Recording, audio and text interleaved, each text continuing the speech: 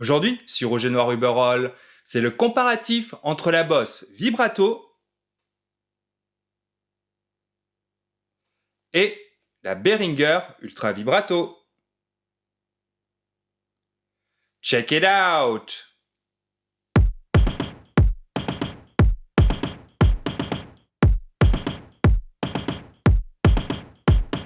Bonjour à tous, j'espère que vous allez bien.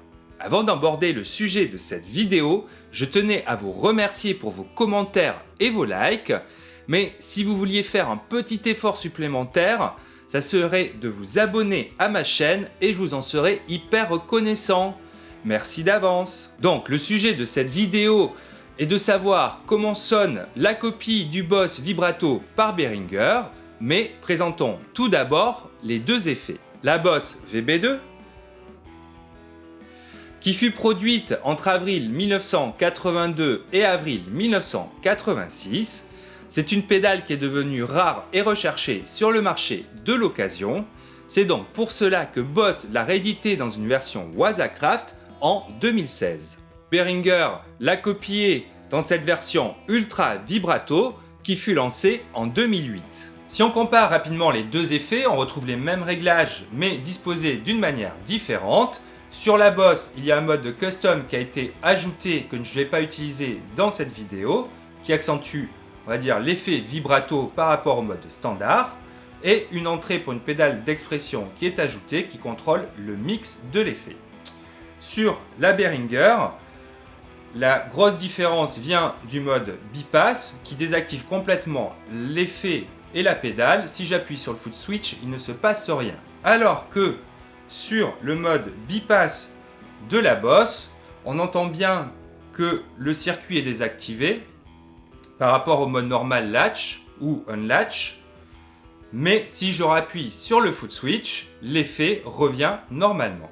Ensuite, la plus grande différence vient dans la qualité entre ces deux effets.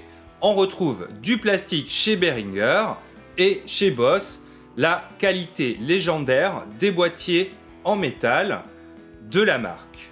J'ai fait une vidéo sur ma découverte de l'Ultra Vibrato dont je vous mets un lien ici et dans la description, mais assez parlé, écoutons les deux effets face à face, c'est parti!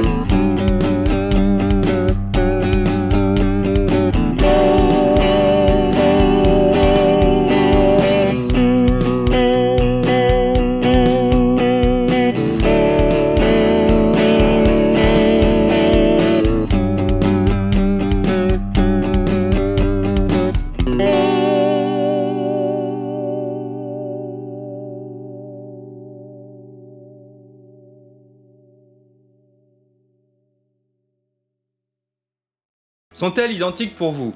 Dites-le moi en laissant un commentaire. Pour moi, je n'entends aucune différence entre les deux effets, mais si nous voulons pinailler, peut-être que la Boss a un peu plus de clarté dans le haut médium, mais il faut encore une fois bien chercher. Je dirais que si vous voulez tester l'effet vibrato, je vous conseille de prendre la Behringer, car avec un prix imbattable de 24 €, on retrouve bien la caractéristique de cet effet. Mais si vous êtes déjà fan de l'effet vibrato comme moi, je vous conseille de prendre la Boss, juste par la qualité générale et la robustesse légendaire de la marque. De plus, on a un vrai mode bipass qui fonctionne et une entrée pour une pédale d'expression qui la rend plus polyvalente que la Behringer. Cependant, nous ne sommes pas du tout dans la même gamme de prix. Nous sommes aux alentours de 200 € pour la série Wazacraft, et si vous voulez une version originale, elle se trouve aux alentours des 500 € dans le marché de l'occasion. Le grand défaut de l'Ultra Vibrato est le mode bipass qui ne sert à rien pour moi.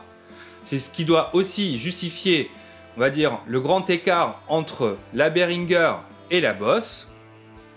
Et le mode Rise qui est pour moi inefficace comparé à la Boss.